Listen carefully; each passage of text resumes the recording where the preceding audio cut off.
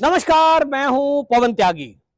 उत्तर प्रदेश में जो mafia jail के अंदर बंद है अतीक अहमद, उसने जब से उमेश पाल की हत्या करवाई है उसके बाद से योगी जी का एक्शन चालू है। जहां एक तरफ पुलिस को आदेश दे दिया गया है कि जो भी इस हत्याकांड में आरोपी हैं उन सबको या तो गिरफ्तार कर दिया जाए या तो मिट्टी में मिला दिया जाए। और इस आदेश के बाद एक ताबड़तोड़ एक्शन जहां पुलिस कर रही है, धरपकड़ की जा रही है, एक को तो एनकाउंटर में मार भी गिराया गया है। आपको बता दें, जो बदमाश था अरबाज नाम का, उसको तो मुठभेड़ में मार गिराया गया। उसके अलावा अतीक का बेटा और उसके जो साथी हैं उन सबको पकड़ने के लिए पुलिस की कई टीमें लगातार दिन रात कार्रवाई करने में जुटी हुई हैं। कई जगह छापेमारी हो रही है, लेकिन इसी बीच प्रशासन भी एक्टिव हुआ है और ये जो इस हत्याकांड में शामिल जितने भी बदमाश थे उनको चिन्हित किया गया और उनकी प्रॉपर्टी को चिन्हित करके उसके ऊपर बुलडोजर की कार्रवाई की गई है। अभी तक लगभग 6 बिल्डिंगों को नस्ता नाबूद कर दिया गया, यानी मिट्टी में मिला दिया गया। योगी जी का जो शब्द था वो अक्षर से पूरा करने में लगे हुए हैं। यहीं आपको एक और बात बता दूं कि इसी बीच योगी जी के एक्शन से घबराकर अतीक अहमद की तरफ से, उनकी पत्नी की तरफ से एक वकील सुप्रीम कोर्ट पहुंचा है और सुप्रीम कोर्ट में उसने गुहार लगाई कि साहब योगी जी तो ये जो है मेरी पति को, यानी साइस्ता ने, उसकी पत्नी ने एप्लीकेशन लगाई है उसके वकील के थ्रू। वो कहती है कि ये तो योगी पुलिस कह रही है कि एनकाउंटर कर देंगे, मेरे पति को गुजरात की साबरमती जेल से ये यूपी मंगाना चाहते हैं पूछताछ के नाम पर, ये तो रास्ते में गाड़ी पलट के उन्हें मार देंगे। और ये वो एप्लीकेशन लेकर सुप्रीम कोर्ट पहुंची है। लेकिन आश्चर्य की बात यह है कि सुप्रीम कोर्ट इस याचिका को सुनने के लिए तैयार हो गया है। अब आश्चर्य देख लिए आप। इसीलिए लोग कह रहे हैं कि कॉलेजियम सिस्टम खत्म होना चाहिए, क्योंकि एक ऐसा माफिया जिसके ऊपर 100 से अधिक केस दर्ज हैं, हत्या के मुकदमे, जिसमें पुलिसकर्मी भी हैं, ऐसा एक माफिया वो जेल के अंदर अगर बंद होता है तो उसको संरक्षण देने का कारण क्या है? ये जो कानून है ये निर्दोष लोगों की बचाने के लिए है, लेकिन ये माफिया या आतंकवादियों के लिए भी ह्यूमैनिटी रखेगा। ये कहेगा साहब इनका भी कोई मानवाधिकार है। तो जिन पुलिस वालों को मार दिया गया, जवान जिनकी तो एक की तो शादी भी नहीं हुई थी, उनका मानवाधिकार नहीं है? उनके मां बाप से पूछा किसी ने वो क्या चाहते हैं? आपको बताऊं, उनमें से एक सिपाही था जिसको अभी मार दिया गया, जिसकी अभी शादी होनी बाकी बची है, राघवेंद्र। उसकी मां को मैं सुन रहा था, उसने कहा मेरा जवान बच्चा मेरे से छीना है, उसकी शादी होनी थी मई महीने में। उस मां का पीड़ा है। ऐसा कोई व्यवस्था हमारे कानून में नहीं है, ना योगी पुलिस ऐसा करने जा रही है। और मुठभेड़ भी पुलिस तब करती है जब मजबूरी में बदमाश उनके ऊपर फायर करता है, पूरी फॉलो किया जाता है जो एसओपीज हैं। लेकिन यहां देखने की बात एक है, एक तो सुप्रीम कोर्ट, जहां एक आम आदमी अपनी याचिका लेकर वहां सालों साल चक्कर काटता रहेगा, तो उसको कह दिया जाता है पहले हाई कोर्ट जाइए, फिर हाई कोर्ट से वो आएगा सुप्रीम कोर्ट में, फिर याचिका नंबर पे लगाइए। अब उसके बाद पता लगा 6 महीने बाद आपका नंबर आ रहा है, लिस्टेड किया जा रहा है। यहां अतीक अहमद की एप्लीकेशन प्रयागराज हाई कोर्ट, उसको तो इलाहाबाद हाई कोर्ट कहते हैं, प्रयागराज स्थित जो हाई कोर्ट है, इलाहाबाद हाई कोर्ट, उसने रिजेक्ट कर दी।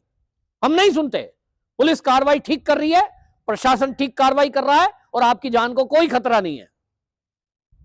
तब वो सुप्रीम कोर्ट पहुंचे हैं।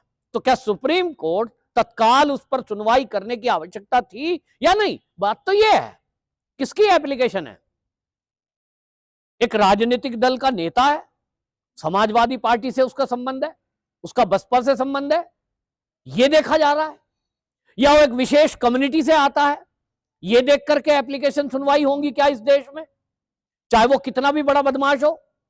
दूसरा सवाल मेरा उन राजनीतिक दलों से है जो जाति को देखकर राजनीति करते हैं।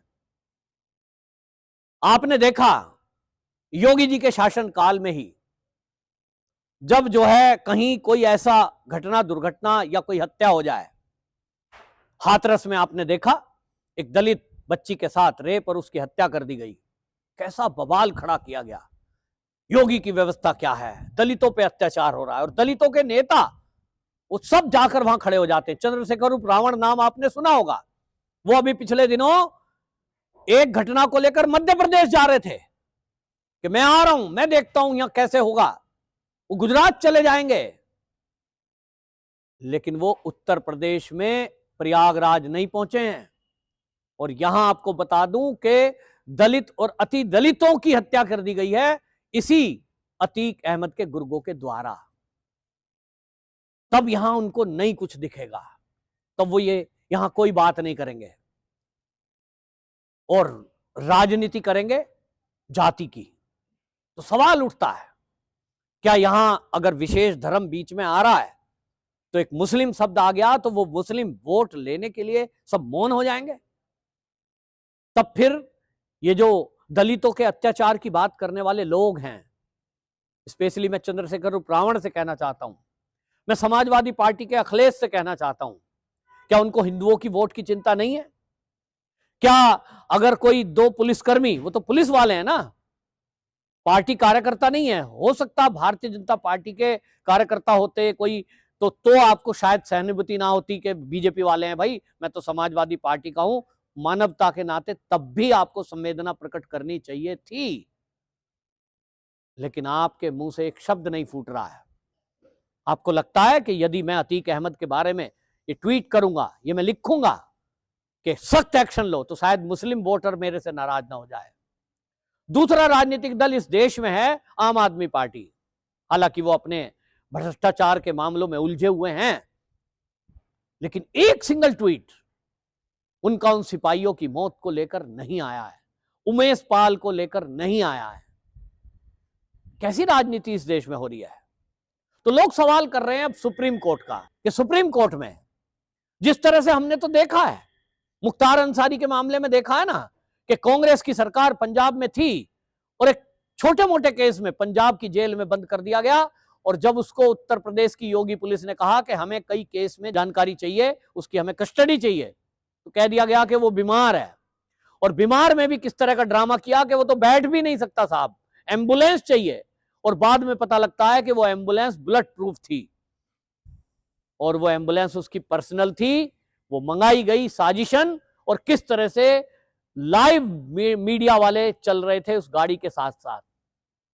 यानी मीडिया को भी इस देश में माफियाओं से लगाव हो गया है। पूरे देश की जनता पूछ रही है कि इनको लगाव क्यों है? जहां भारतीय जनता पार्टी का शासन है, जिन राज्यों में, और खासतौर पे योगी जी में, अगर कहीं घटना होगी तो सारा मीडिया सवाल उठाएगा, योगी जी क्या कर रहे हैं? मैं एक चैनल को देख रहा था, वो रिपोर्टर चिल्ला चिल्ला के, नेशनल चैनल का, जिसको हम बड़ा राष्ट्रवादी चैनल समझते थे, योगी जी आप तो कहते थे यहां बुलडोजर का राज है, यहां माफियाओं का राज नहीं है, फिर ये प्रयागराज की घटना कैसे हो गई? अच्छा, मतलब अगर मुख्यमंत्री कहेंगे भाई हम अरेंजमेंट कर रहे हैं और माफियाओं पे नकेल कस रहे हैं, तो इसका मतलब पूरे प्रदेश में फिर कोई दुर्घटना घटना नहीं होंगी। सवाल उठा रहे हैं।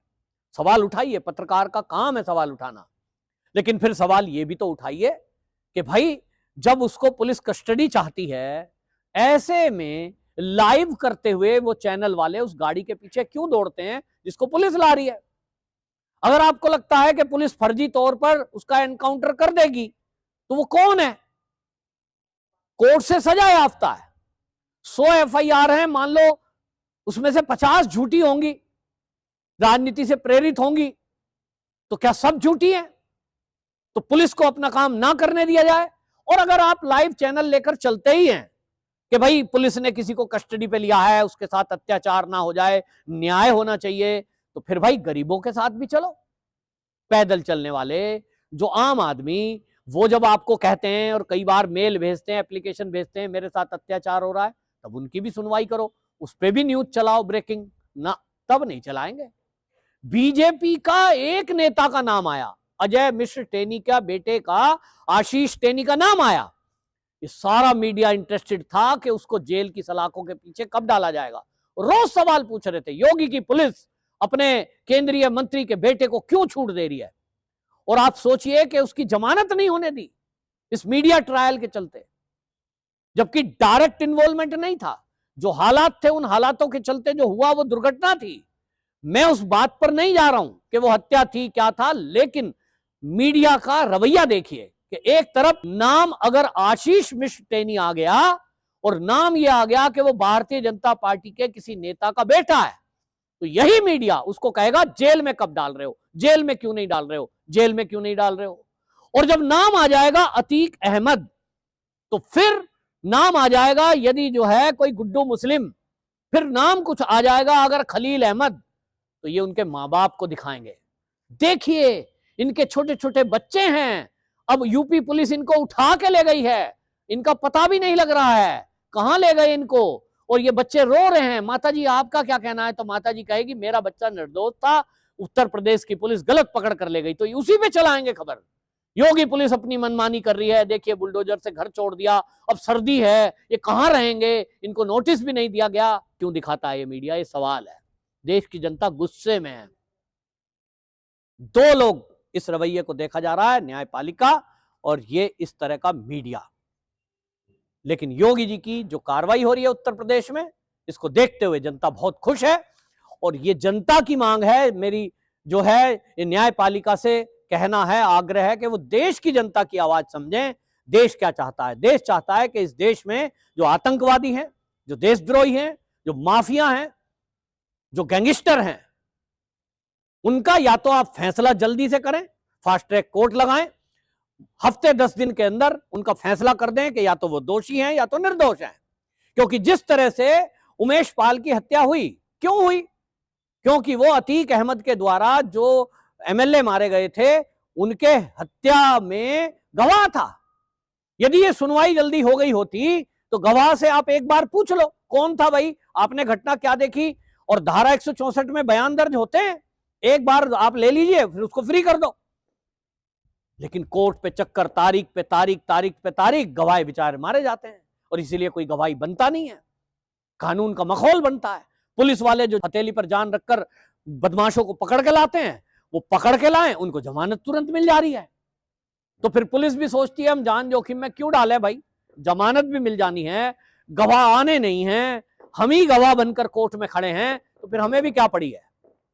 और ये जो है ये बहुत खतरनाक है कि जब पुलिस वालों का पक्ष नहीं समझा जाता, जब आम नागरिक का पक्ष नहीं सुना जाता, और कहीं ना कहीं पैसा या पावर की बोलबाली जब चलती हुई कोर्ट के अंदर दिखाई देती है, तो लोगों को निराशा हाथ लगती है। देश की आजादी के 75 साल बाद भी यदि अपराधियों को तुरंत सजा और आम आदमी को न्याय नहीं मिल रहा है, तो हम किधर जा रहे हैं। वंदे मातरम।